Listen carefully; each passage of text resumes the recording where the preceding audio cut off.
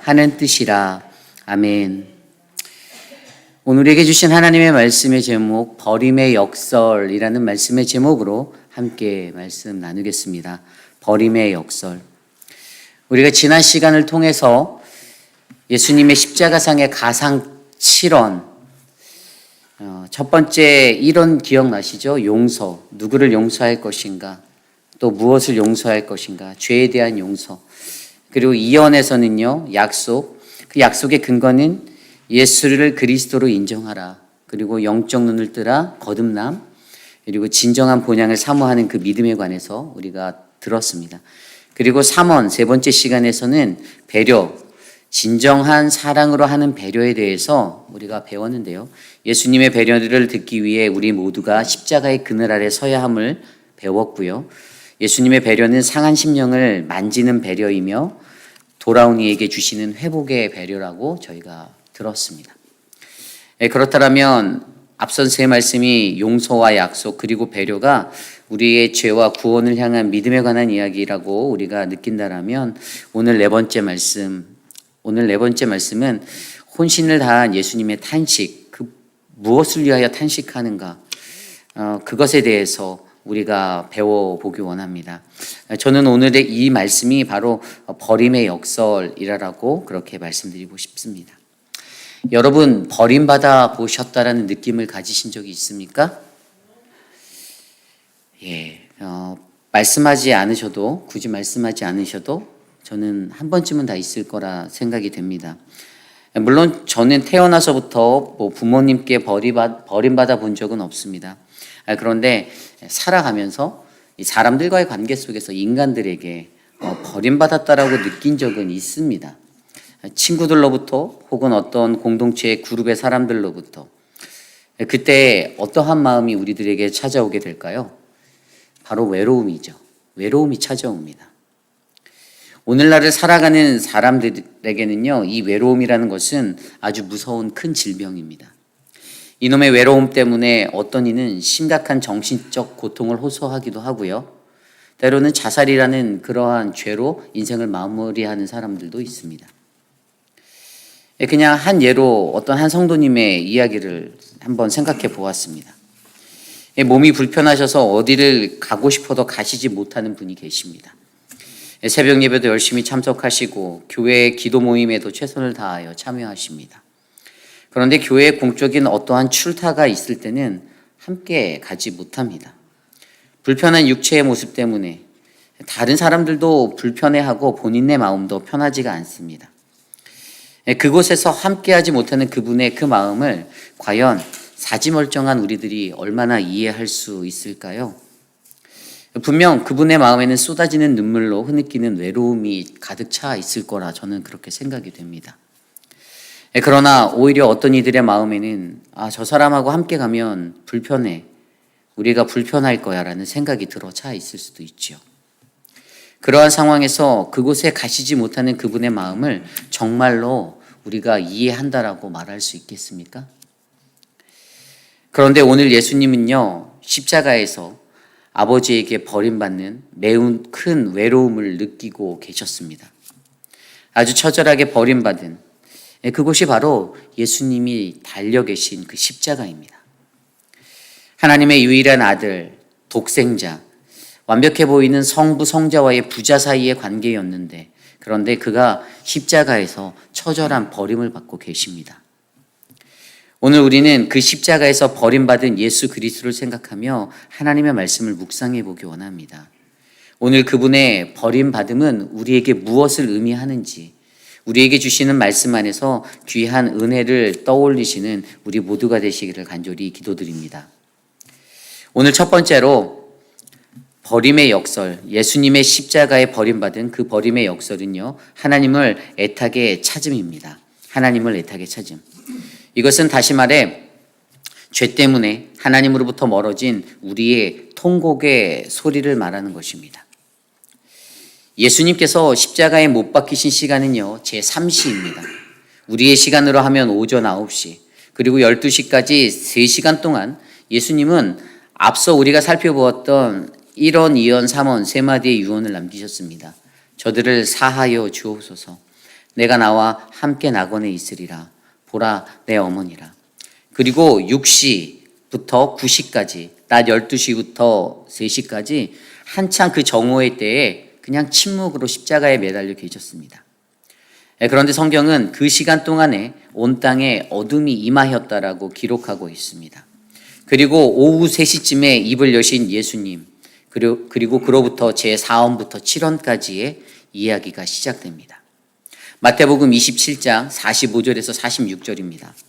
제6시로부터 온 땅에 어둠이 임하여 제9시까지 계속되더니 제9시쯤에 예수께서 크게 소리질러 이르시되 엘리 엘리 라마 사박다니 하시니 이는 곧 나의 하나님 나의 하나님 어찌하여 나를 버리셨나이까 하는 뜻이라.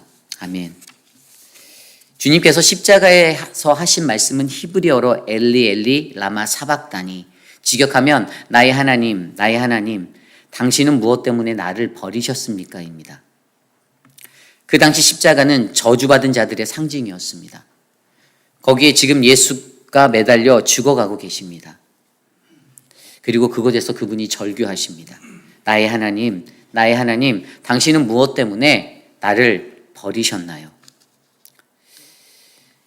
그러므로 오늘 그분이 십자가에서 외치는 나의 하나님 어찌하여 나를 버리셨나이까의 이 외침은 구원으로부터 멀어진 죄 때문에 멸망하는 죄인들의 통곡의 소리로 우리는 이해하셔야 합니다. 다시 말해 하나님을 애타게 찾음, 그것이 바로 이것입니다. 예수님께서는 오늘 그렇게 외치십니다. 물론 죄가 하나도 없으신 그분이셨지만 이 땅에 살아가는 온 인류의 죄로 인하여 절규하며 통곡하고 계십니다. 그리고 사실 오늘 말씀에 나의 하나님 당신은 무엇 때문에 나를 버리셨습니까? 이 말씀은 이미 구약 성경의 시편 22편에 나온 하나님의 말씀입니다. 시편 22편 1절 내 하나님이여 어찌 나를 버리셨나이까? 어찌 나를 멀리하여 돕지 아니하시오며 내 신음소리를 듣지 아니하시나이까? 이 시는요 다윗의 시로 알려져 있습니다. 그리고 그 시의 제목은 아일렛 샤힐, 새벽 도움이란 뜻으로 알려진 시입니다.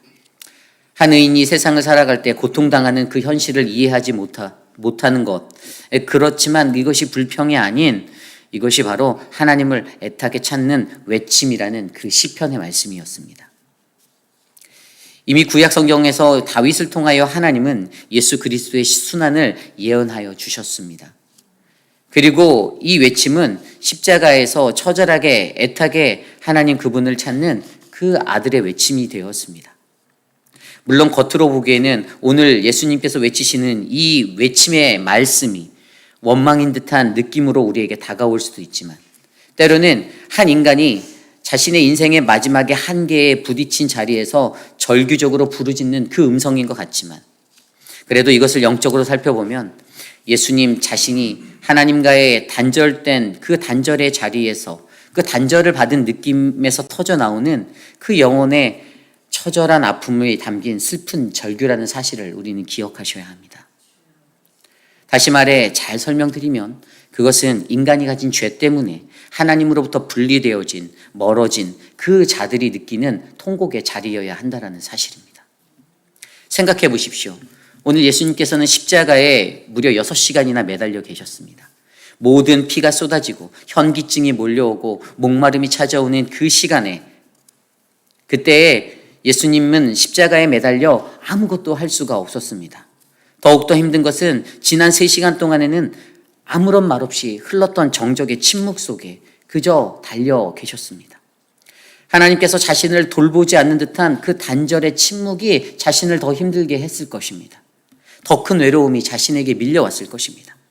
그러나 결국 오늘 예수님의 외침은 그것은 하나님께 버림받은 아들 예수의 원망이 아닌 하나님과의 단절을 가져온 그 죄의 탄식으로부터 들려오는 외침임을 기억하셔야 합니다.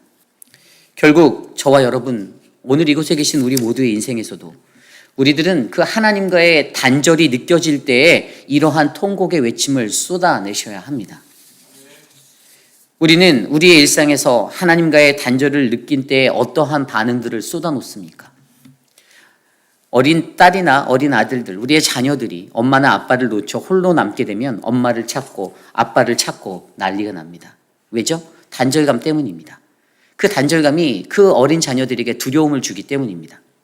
그리고 이것은 지극히 정상적인 반응입니다. 그러므로 저와 여러분 우리도 그러한 단절들이 우리의 삶 속에 느껴질 때 우리는 반드시 그분을 찾아 그분을 외치는 그 부르심이 우리의 삶 속에 울려 퍼지셔야 합니다. 그리고 기억하십시오. 그리고 그 깊이 있는 하나님과의 관계로 조금 더 들어가도록 노력하시길 부탁드립니다. 하나님의 말씀으로, 기도로 매일의 매일의 삶 속에서 어떻게든 그분을 놓치지 않으려고 그분을 붙잡기 위해 몸부림치시기를 부탁드립니다. 우리가 그분과의 단절됨은 우리가 가지고 있는 우리의 모든 죄악 때문임을 기억하시기를 부탁드립니다. 그러므로 우리는 우리의 삶 속에서 이 죄악들을 끊어내셔야 합니다. 로마서 6장 23절 말씀에 죄의 삭은 사망이요 하나님의 은사는 그리스도 예수 우리 주 안에 있는 영생이라 말씀하셨습니다. 우리가 그리스도 안에 그분 안에 거한다라면 그분의 영생을 우리는 누릴 수가 있지만 우리가 만약 죄 가운데 거한다라면 우리는 죽임을 당하는 그분과의 단절을 얻게 될 것입니다. 그러므로 우리는 우리의 삶 속에 늘 이 죄를 조심하셔야 합니다. 창세기 4장 7절 말씀에도 내가 선을 행하면 어찌 낫을 들지 못하겠느냐. 선을 행하지 아니하면 죄가 문에 엎드려 있느니라. 죄가 너를 원하나 너는 죄를 다스리라 라고 말씀하십니다. 우리의 삶 속에서 죄를 다스리는 우리 모두가 되시기를 간절히 소망합니다. 그리고 한 가지 그 죄의 문제를 해결할 수 있는 그 예수 그리스도를 바라보시기를 부탁드립니다. 에베소서 2장 14절 말씀에 그는 우리의 화평이신지라 둘로 하나를 만드사 원수된 것 곧 중간에 막힌 담을 자기 육체로 허시고. 아멘. 우리가 가진 그 죄 때문에 하나님과의 관계가 단절되었었지만 우리는 예수 그리스도를 통하여 그분께 나아가는 화평의 다리를 얻게 되었습니다. 이것을 기억하여 주십시오. 그분이 우리의 모든 죄의 담을 헐어주셨습니다. 그리고 만약에 이 죄로 인해 여전히 우리가 하나님으로부터 멀리 있는 그 외면당한 그 고독이 내게도 여전히 아직도 찾아온다라고 느끼신다라면 그때에도 우리는 반드시 하나님을 애타게 찾는 간구 엘리 엘리 라마 사박다니 나의 하나님 당신은 무엇 때문에 나를 버리셨나요? 라는 이 외침을 쏟아 넣으시기를 부탁드립니다. 예수님은 자신이 버림받은 것 같은 그 십자가에서 더욱더 간절히 하나님을 부르짖었습니다. 왜죠? 저와 여러분 우리 모두의 죄 때문에. 저와 여러분 우리 안에 모두가 다 이 부르짐이 넘쳐나는 거룩한 인생이 되시기를 소망합니다. 이것이 오늘 말씀의 첫 번째, 버림의 역설은 하나님을 애타게 찾음, 그것은 죄 때문에 멀어진 우리의 통곡의 소리여야 합니다입니다.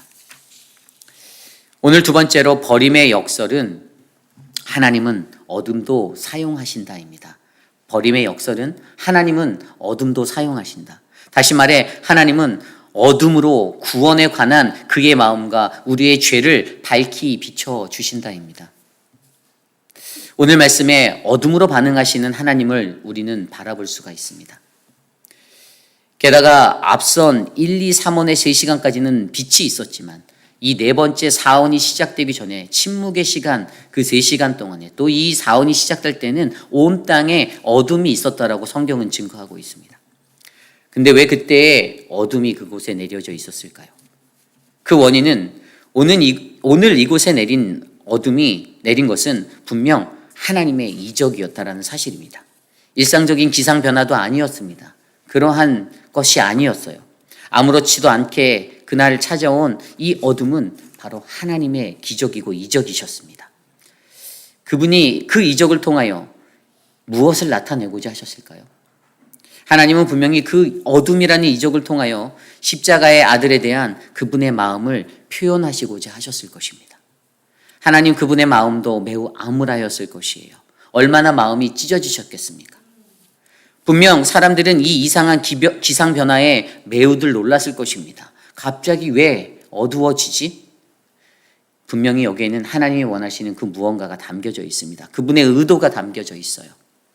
그리고 그것은 하나님은 이를 통하여 인간의 죄에 진노하시는 하나님, 그럼에도 불구하고 그의 독생자 아들을 우리를 구원하기 위하여 내어주신 하나님이라는 사실을 선포하고 싶으셨습니다. 바로 그 하나님. 성경에 이스라엘이 애굽에서 출애굽할 때 마지막 재앙이 바로 애굽의 장자를 향한 피의 재앙이었습니다. 그날 밤에 그 유월절은 유독 어두웠습니다. 찰흙 같은 어둠이 온 애굽을 덮었습니다. 그러나 그때 어떻게 해요?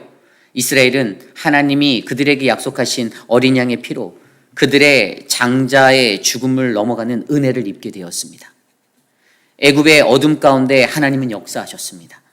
이 땅의 모든 생명이 그분의 것임을 선포해 주셨습니다.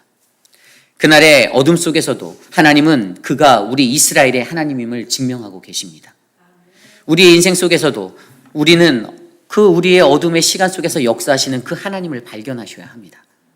요나서 2장에 보면 그 요나서 2장에도 물고기 뱃속에서 하나님을 만난 요나의 이야기가 나옵니다. 폭풍 치는 배로부터 제물되어 바다로 던져졌던 요나. 그가 들어간 곳은 앞이 하나도 보이지 않는 캄캄한 물고기의 뱃속이었습니다. 한 치 앞도 안 보이는 그 어둠 중에 요나가 어떻게 하였습니까?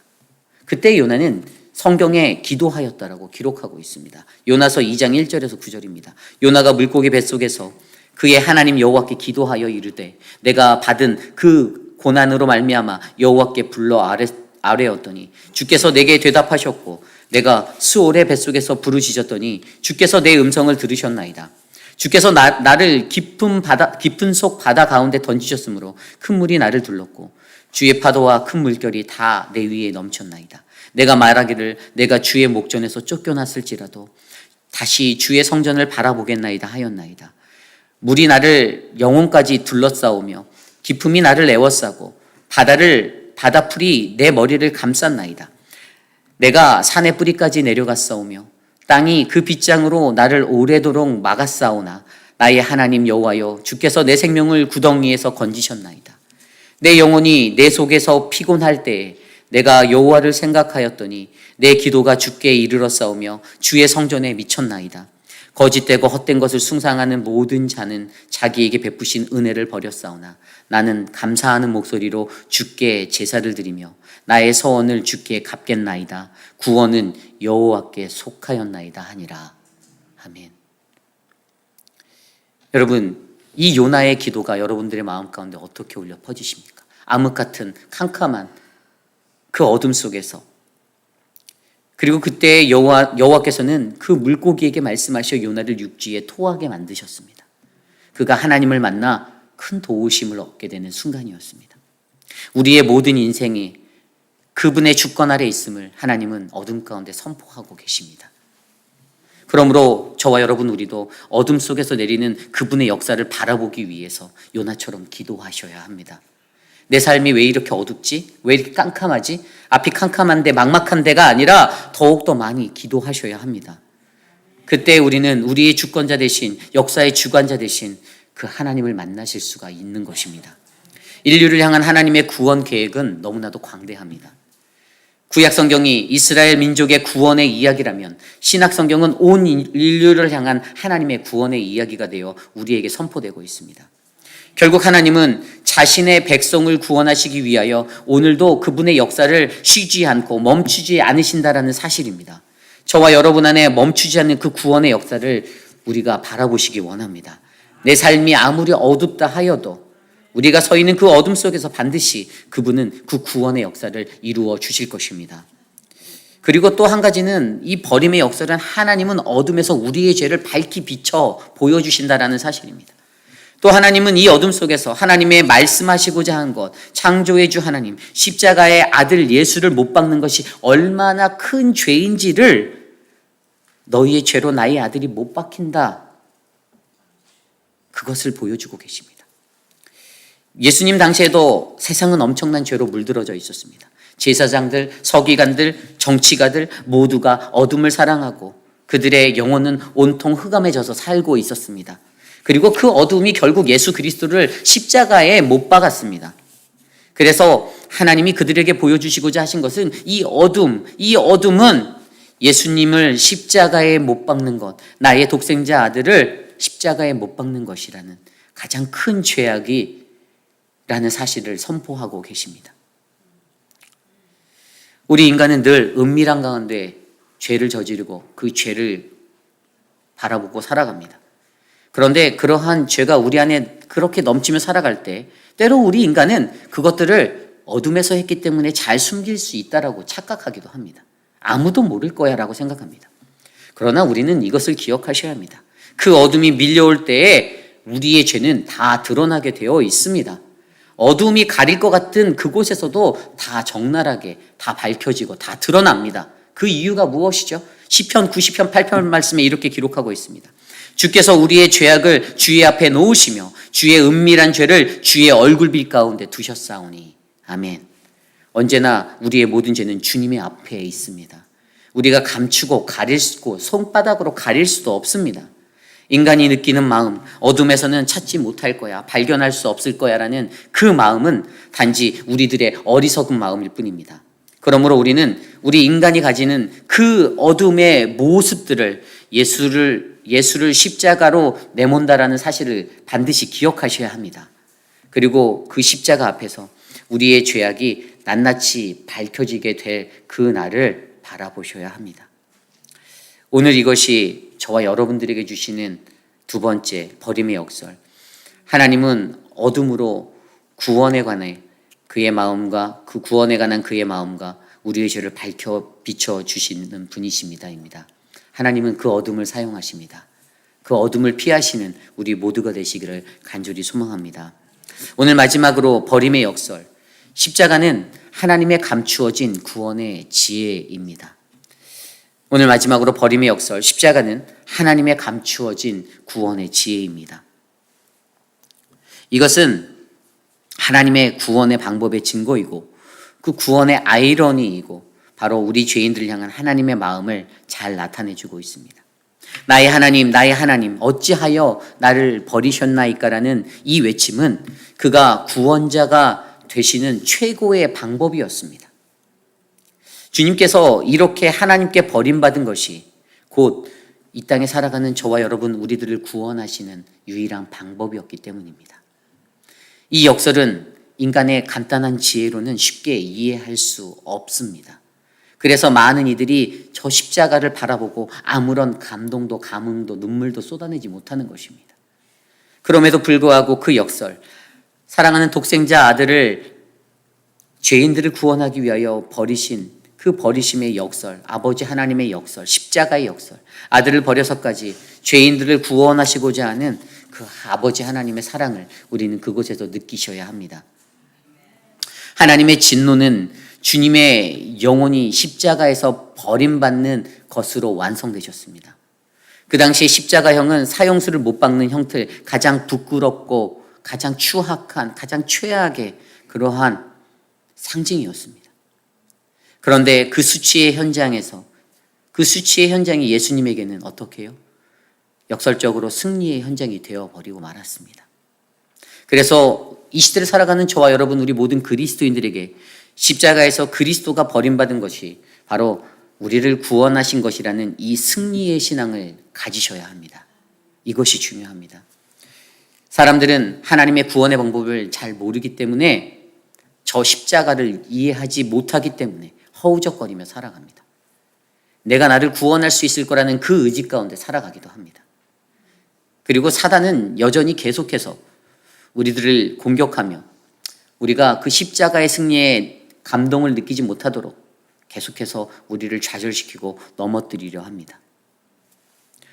우리를 혼미하게 하려는 사단이 어떻게 우리를 칩니까? 늘 우리를 사탄이 혼미하게 하려고 하는 것은 우리가 무엇이 진리인지 무엇이 진정한 것인지 그 십자가의 참된 의미를 발견하지 못하게 하려고 합니다. 사단은 하나님의 하시는 많은 일들을 가로막고 사람들의 마음을 어둡게 하고 그리고 십자가에 대한 편견과 오해를 갖게 만들어 버리려고 합니다. 그래서 사도 바울은 이렇게 말합니다. 고린도후서 4장 3절 4절. 만일 우리의 복음이 가리었으면 망하는 자들에게는 가리어진 것이라. 그 중에 이 세상에 신이 믿지 아니하는 자들의 마음을 혼미하게 하여 그리스도의 영광의 복음의 광채가 비치지 못하게 함이니 그리스도는 하나님의 형상이니라. 아멘. 분명 예수 그리스도 그분은 하나님의 형상인데 사단은 우리를 혼미하게 하여 그 그리스도의 영광의 복음의 광채가 비치지 못하도록 우리를 만들고 있습니다. 그들의 계략은 그거예요. 우리가 그 영광을 바라보지 못하도록. 그럼에도 불구하고 우리가 기억해야 하는 사실은 우리는 그 예수 그리스도를 통하여 구원을 받았다라는 사실입니다. 이사야서 53장 4절 6절 그는 실로 우리의 질고를 지고 우리의 슬픔을 당하였거늘 우리는 생각하기를 그는 징벌을 받아 하나님께 맞으며 고난을 당한다 하였노라. 그가 찔림은 우리의 허물 때문이요 그가 상함은 우리의 죄악 때문이라. 그가 징계를 받았으므로 우리는 평화를 누리고 그가 채찍을 맞았으므로 나음을 받았도다.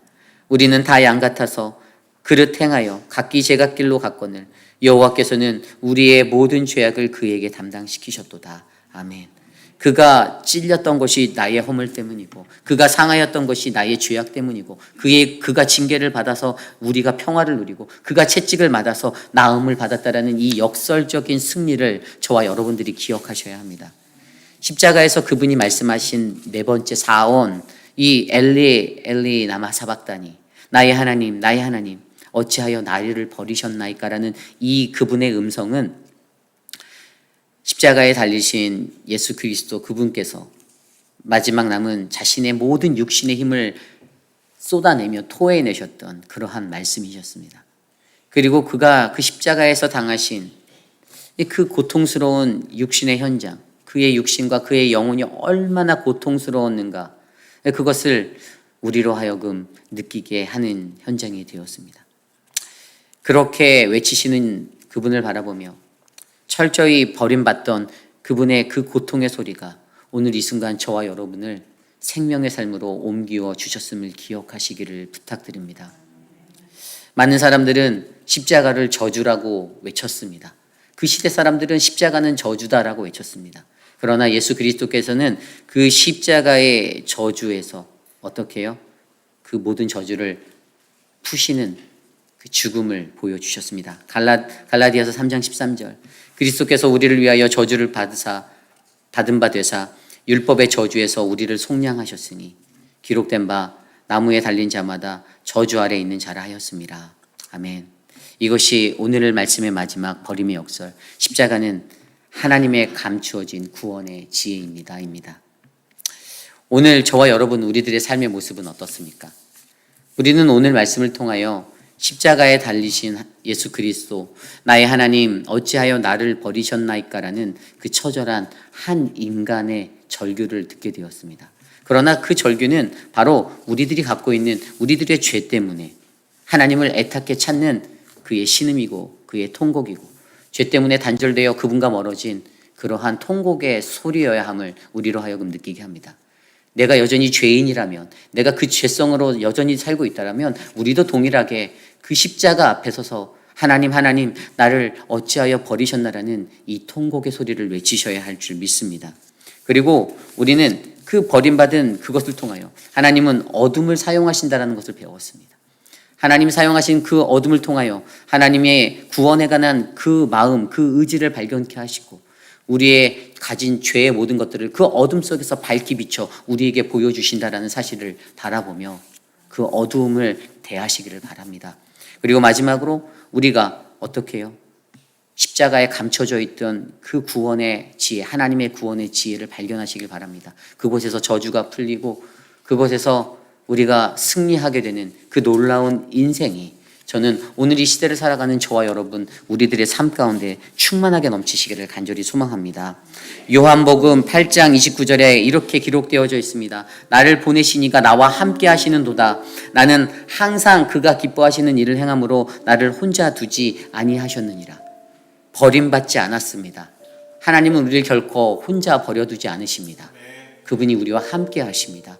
다만 우리의 육신이 연약해서 아무것도 들리지 않는 그 침묵 가운데 내가 버림받은 것은 아닐까라는 착각을 하고 있는 것입니다. 십자가는 하나님이 우리를 버리는 장소가 아닙니다. 하나님이 내가 너를 얼마나 사랑하고 내가 얼마나 너를 붙잡고 있는지를 보여주시는 그 은혜의 자리입니다. 오늘 여러분들이 안고 가시는, 끌고 가시는, 여러분들이 짊어지고 가시는 그 십자가는 어떠한 십자가입니까? 저는 저와 여러분들의 삶 속에 나와 함께 하시는 그 하나님이 발견되어지는, 버림받는 것이 아닌 이 버림의 역설이 완성되는 그 승리의 현장이 바로 거룩한 주의 십자가 되시기를 간절히 소망합니다. 오늘 주신 말씀 안에서 함께 찬양합니다. 우리가 계속해서 주제가를 찬양하고 있는데요, 아마 이제는 이 찬양이 많이 익숙해지셨을 거라 믿습니다. 우리 함께 이 찬양 드립니다.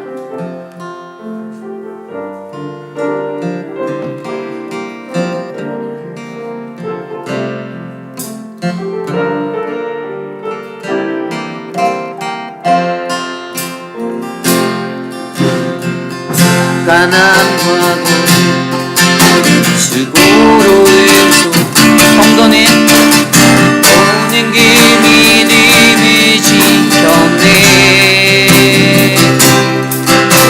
주를 섬기는 자신을 아드리며 진리의 말씀과 성령으로 길을 걸었네. 다시 한번 찬양합니다. 만남 가난과 고난 수고로움 속에도 오는 길 믿음을 지켰네. 주를 섬기는 일에 자신을 나르리며 이의 말씀과 성령으로 길을 걸었네. 그리스도 안에서 새롭게 하시고 그리스도로 인하여 자유케 되었네. 우리는 유명한 자요. 죽음의 위기 속에도 참 생명 가졌고 근심 하나 기뻐하며 가난 하나 다른 이를 유혹해 하는 자로다. 만난 가난과 고난 수고로움 속에도 오는 그 믿음을 지켰네. 주를 섬기는 일에 자신을 아드리며 진리의 말씀과 성령으로 길을 걸었네. 그리스도 안에서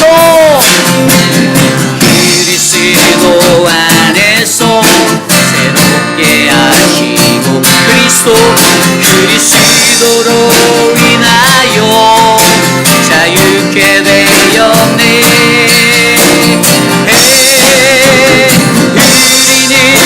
우리는 유명한 자요. 죽음의 위기 속에도 참 생명 가졌고 근심 하나 기뻐하며 가난 하나 다른 이를 부욕해 하는 자로다. 우리는 유명한 자요. 죽음의 위기 속에도 참 생명 가졌고 근심 하나 기뻐하며 가난 하나 다른 이를 부욕해 하는 자. 마지막으로 한 번 더 고백할까요? 우리는 유명한 자요. 죽음의 위기 속에도 참 생명 가졌고 근심 하나 기뻐하며 가난 하나 다른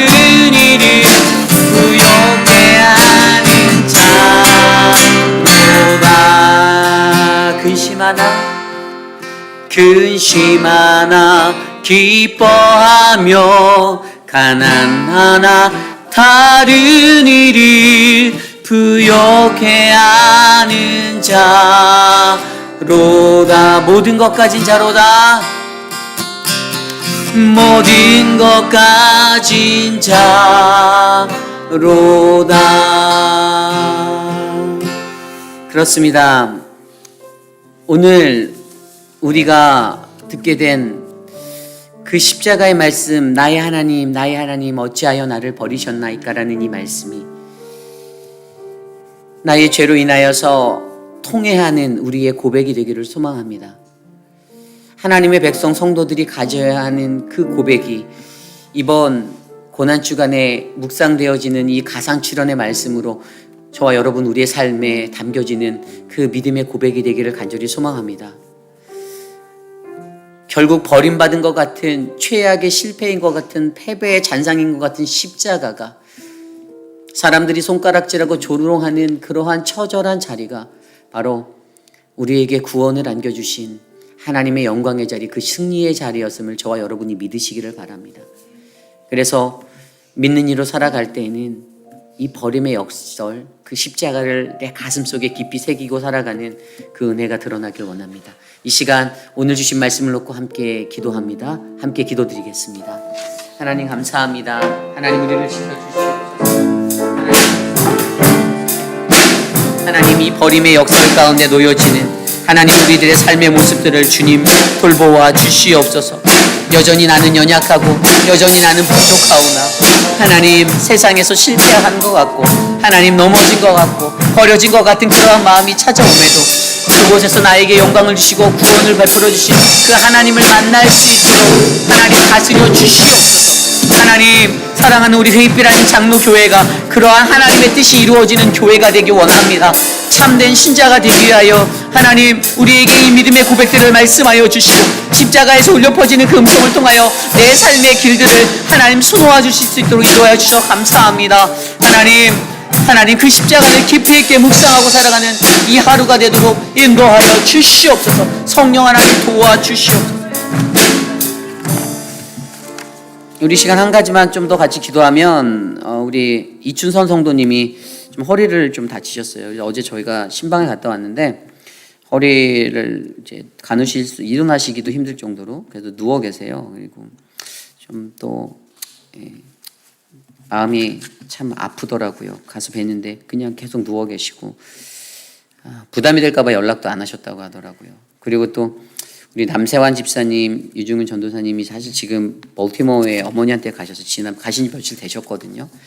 가시기 전에 제가 집에 찾아가서 기도도 해드렸는데 남세환 집사 어머님이 사실 지금 뇌사 판정을 받으신 상태예요. 또 뇌출혈을 쓰러지셔서 그래서 계속 이제 제가 연락을 취하고 있는데 기도를 해주시길 부탁드립니다. 우리 남 집사님의 마음 가운데 하나님의 크신 위로가 있도록 하나님의 예정하신 그때 그 영혼을 받도록 우리 이 시간이 한 가지를 놓고 다시 기도합니다. 하나님 도와주십시오. 사랑하는 우리 이춘선 성도님 붙잡아 주십시오. 하나님 그 마음을 붙잡아 주시고 힘들지 않게 위로하여 주시고 회복하여 주시고 아직도 하나님 온전치 못한 그 육신으로 인하여 하나님 예약을 기다리고 있는 MRI와 모든 진료의 것들이 있는데 하나님 속히 이루어 주시고 하나님 회복할 수 있는 은혜를 주시고 좌절하지 않게 하여 주시고 그 눈물이 마르게 하여 주시옵소서. 하나님 회복의 은혜를 베풀어 주시길 소망합니다. 사랑하는 우리 남세한 집사님을 지켜주십시오. 하나님 사랑하는 어머니를 주님 앞에 보내는 그 시간 속에서 거하고 계신데 하나님 힘들지 않도록 그 마음을 위로하시고 하나님 안아주시고 그의 눈물을 닦아주시며 하나님 은혜로 붙잡아 주시기를 간절히 소망합니다. 하나님 도와주십시오. 은혜를 베풀어 주시옵소서. 하나님 감사합니다. 오늘 이 아침에도 우리에게 주신 그 은혜의 말씀이 고난주간을 지나가는 하나님 우리의 생명이 되는 은혜의 말씀이 되게 하여 주시기를 소망합니다. 주님의 십자가 매일같이 쳐다봤던 그 십자가 하나님 더욱더 감격적이고 더욱더 눈물을 쏟는 십자가로 우리의 삶에 다가오도록 돌보아 주시옵소서. 육신의 연약함 가운데 계신 어르신들을 지켜주시고 우리 이춘선 성도님 하나님 돌보아 주시고 남태한 집사님 위로하여 주시고 그 가정을 지켜주시옵소서. 지금은 우리 구주 예수 그리스도의 무한하신 은혜와 그 크신 하나님의 사랑하심과 성령 하나님의 감화감동 교통하심의 역사가 십자가에서 버림받은 같은 그러한 마음 가운데서도 나는 여전히 너를 사랑하노라, 너는 내 사랑하는 아들이라 부르짖는 그 하나님의 음성을 듣고 하나님, 내 죄로 인하여 주님께 부르짖습니다. 나의 하나님, 나의 하나님, 어찌하여 나를 버리셨나이까라는 이 통곡의 외침을 외치기로 다짐하는 사랑하는 우리 회입길 한인 장로교회 성도님들 한 분 한 분, 오늘 이 아침에 주의 존전에 나와 주께 예배드리는 믿음의 권속들 머리머리 위에 지금으로부터 영원토록 함께 하시기를 간절히 축원하옵나이다. 아멘. 다스려 주십시오. 만져 주시고 주님의 은혜를 베풀어 주시고